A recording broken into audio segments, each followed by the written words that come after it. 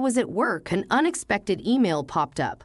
Upon hastily reaching out to him, Greg calmly began to explain, "Oh, sorry about that.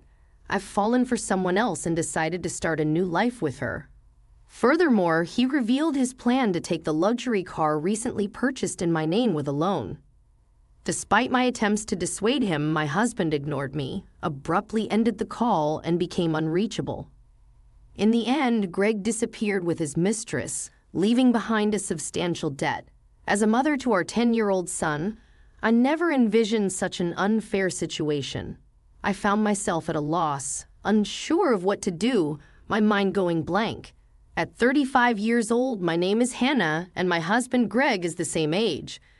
We were a family of 3, including our intelligent 10-year-old son Ryan.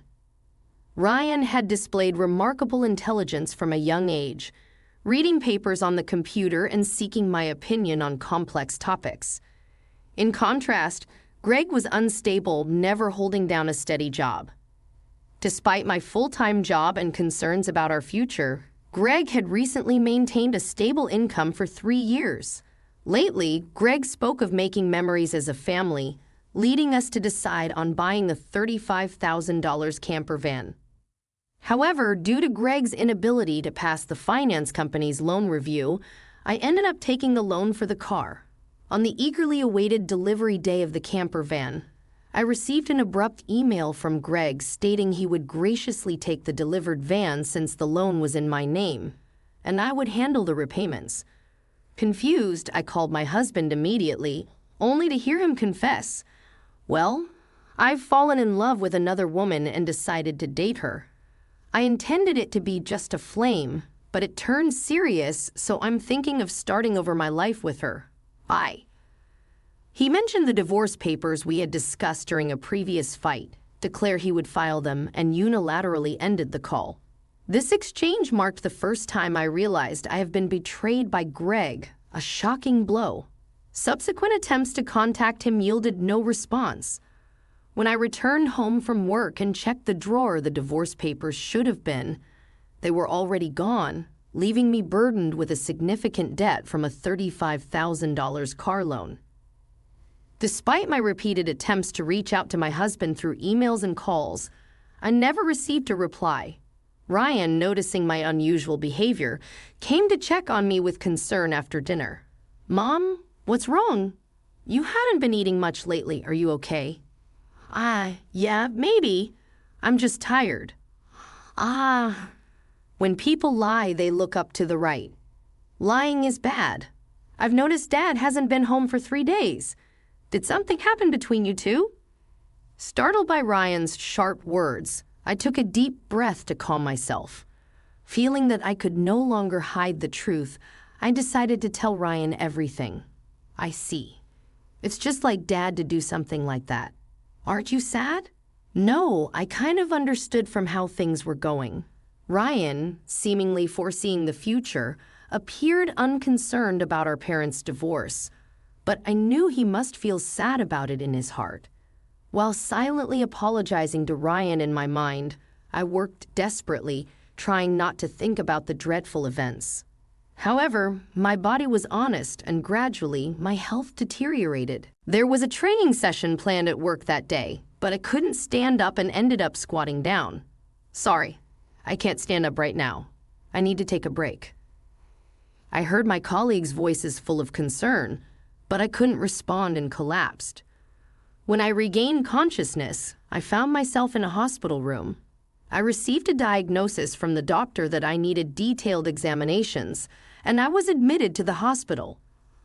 Hannah thought I feel so pathetic. It's supposed to be just emotional stress. Looking at the IV drip in my arm and the white ceiling of the hospital room, tears naturally started to flow. At that moment, Ryan, who is usually calm, rushed into the room with an extremely worried look, prompting me to quickly wipe away my tears. "Mom, what happened? Is it serious? You're not going to die, right?" "Of course not. I wouldn't leave my dear son alone." That's good." "Really? I was called by the school teacher and told that you were taken to the hospital." I was so shocked my heart nearly stopped. Ryan ran, usually mature for his age, but he's still only 10. I felt a strong resolve to get better for his sake. But my condition was worse than I thought, and I was diagnosed with a serious illness. The doctor advised, you should have surgery as soon as possible. Please make a decision quickly.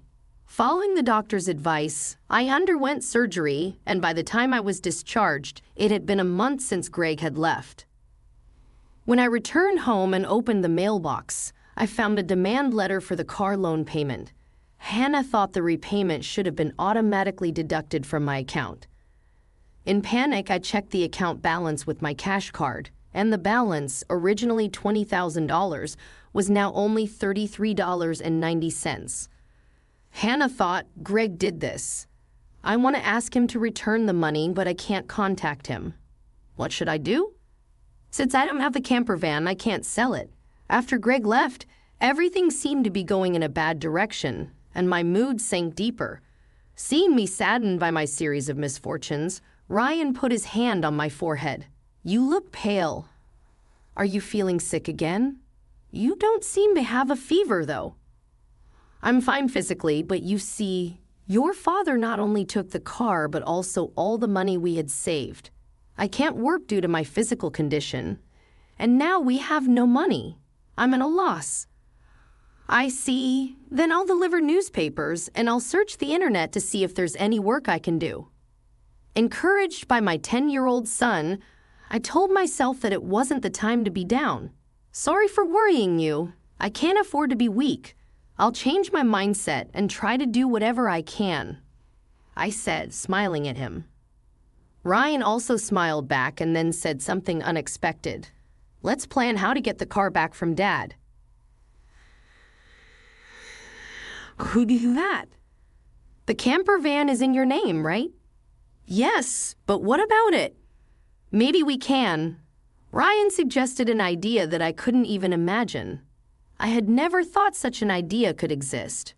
Also, I have no idea where your father is. Then let's check on my phone. A month ago, when we went hiking as a family, surprisingly, Ryan, who is usually very reliable, felt lost. At that time, we bought a kid's cell phone on suggestion and installed the GPS app on it, which both Greg and I could access.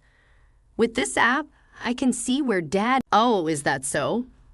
But what if we find him and he just says something vague and escapes again? As I pondered this, Ryan smiled and made an intriguing suggestion. Don't worry, I've already taken precautions. What did he just say? To my astonishment, Ryan had acted independently while I was in the hospital, achieving something unbelievable. I thought I can't believe such a smart child came from me. Understanding Ryan's words, I was simply amazed. He'd even caught wind of Greg's mistress. All right, let's teach Dad who betrayed us a lesson. Okay, let's start the plan right away. Together, my son and I prepared for that moment. Hannah thought, with Ryan by myself, died, I'm invincible. Bring it on anywhere, anytime. 3 days later, my phone rang. Ah, it's me. Please, I need your help. Oh, who might this be? Don't play dumb. It's your husband, obviously. I'm being questioned by the police about you. At this rate, they might ask me to come to the police station voluntarily. Help me out. Oh, is that so? Just wait a moment then. I immediately went with my son to where Greg was, and to my surprise, it was a forest park near our house where camping was possible. Greg was being questioned by the police in front of his car, looking bewildered. Feeling pathetic, I sighed and told the police we needed to have a talk as a couple and asked them to leave for a while.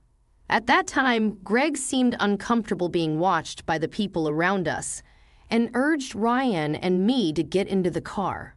Inside the car, Greg's mistress was sitting cross-legged, glaring at us, but that was no longer important. Sorry about that. Thanks for coming. But why did the police suddenly show up at my place? I don't get it. That's because I filed a report about the missing camper van. What? Why would you do that? It's obvious, isn't it? My car was stolen. Greg, foolishly thinking that actions between spouses can't be criminal, was saying nonsensical things. But the world isn't that naive, you know. You filed for divorce, remember? Forgot? So we are strangers now and are driving a stranger's car without permission. That's a crime. Ryan figured all this out, typical, sharp as ever, that kid. But I didn't steal the car. I just borrowed it for a bit. Oh, is that so? Well, I'd like to use my car now, so could you return it? That would be really helpful.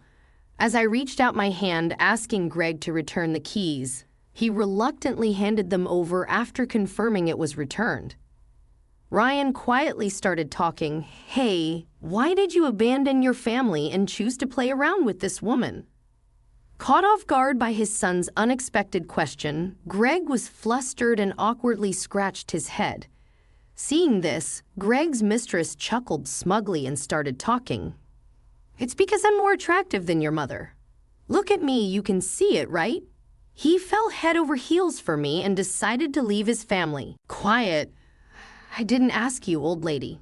Dad, you answer.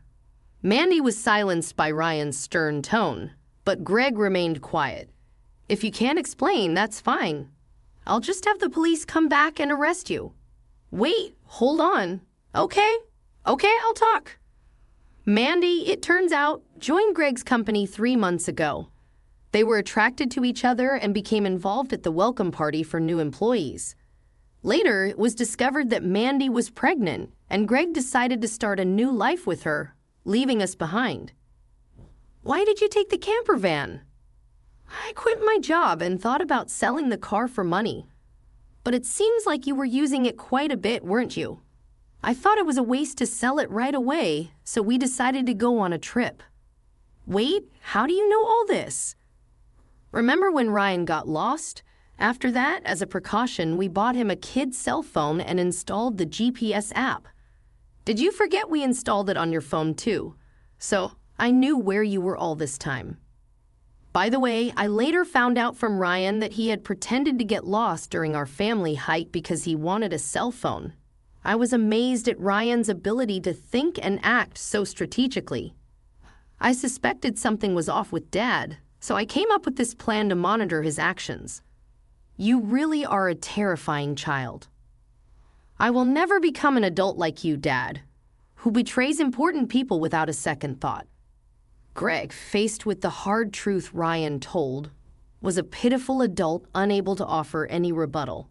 In contrast, seeing Ryan, only 10 but able to think and speak his mind firmly, gave me a sense of strength as a mother. I felt I couldn't lose, especially in settling things properly. Also, return the $20,000 you withdrew from my account right now. That was our joint property as a couple. I don't have to return it. No, it's not that. The money was what I saved little by little since I was single. After all, you always quit your jobs midway, so we hardly ever saved money together, did we? I was appalled to hear that the $20,000 had been squandered by Greg and his mistress. It was the moment I felt relieved about divorcing him. So, that's how it is. But if you stole and used the car and my money, that's going to be a serious crime. What? I just sent the police away, so it's not their business anymore, right? I only said we would talk. I have no intention of withdrawing the complaint. I must add the theft of my money to the report. Mom, should I call the police now? I can do it with just one button on my phone. Mandy, Greg's mistress, had been watching our conversation, but quickly tried to get out of the camper van. At that moment, she let out a scream that echoed around the area. The reason was that outside the car door, Mandy's parents were standing there, faces red with anger, about to explode in fury. Startled, she stepped back as her parents yelled at her. I'm sorry. Don't be so angry. But why are you here, Mom and Dad? I called your parents beforehand. What? Why? The truth was, during my hospital stay, Ryan had visited Greg's office and tearfully told them, my dad left the house with a woman we don't know, and my mom collapsed. Seeing Ryan's sorrowful and frail state, the people at Greg's office suspected Mandy, who had left the company with Greg, and gave Ryan her parents' address. Greg and Mandy have been overly friendly at the office. and there were photos showing them together at the welcome party for new employees, looking like a couple. After learning from the office people that you commuted from your parents' house, Mandy's parents were standing there, faces red with anger. I went there with your photo, and your parents came out when I visited.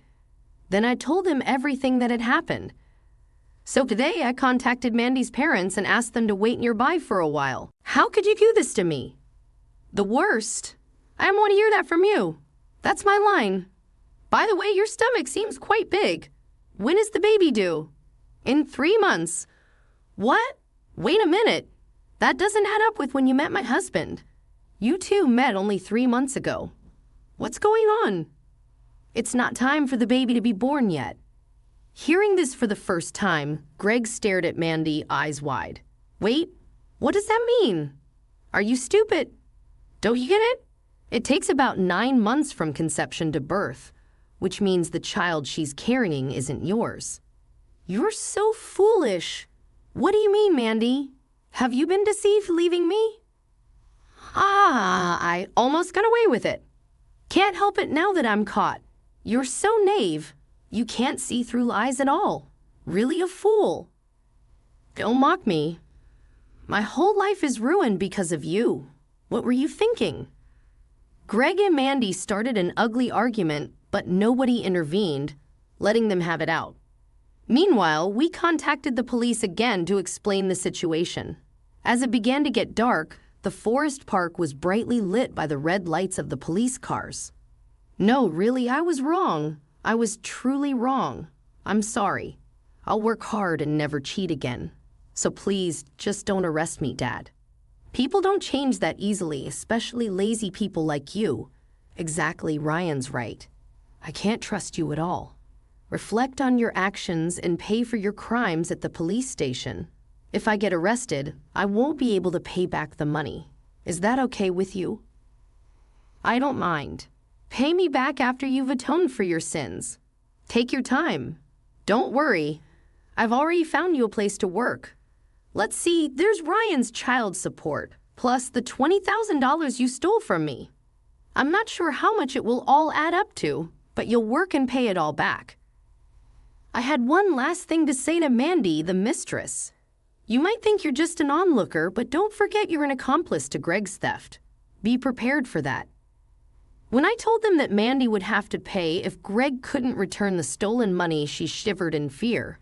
Mandy asked her parents for help, but they refused, saying, "We disown a daughter who causes trouble for others."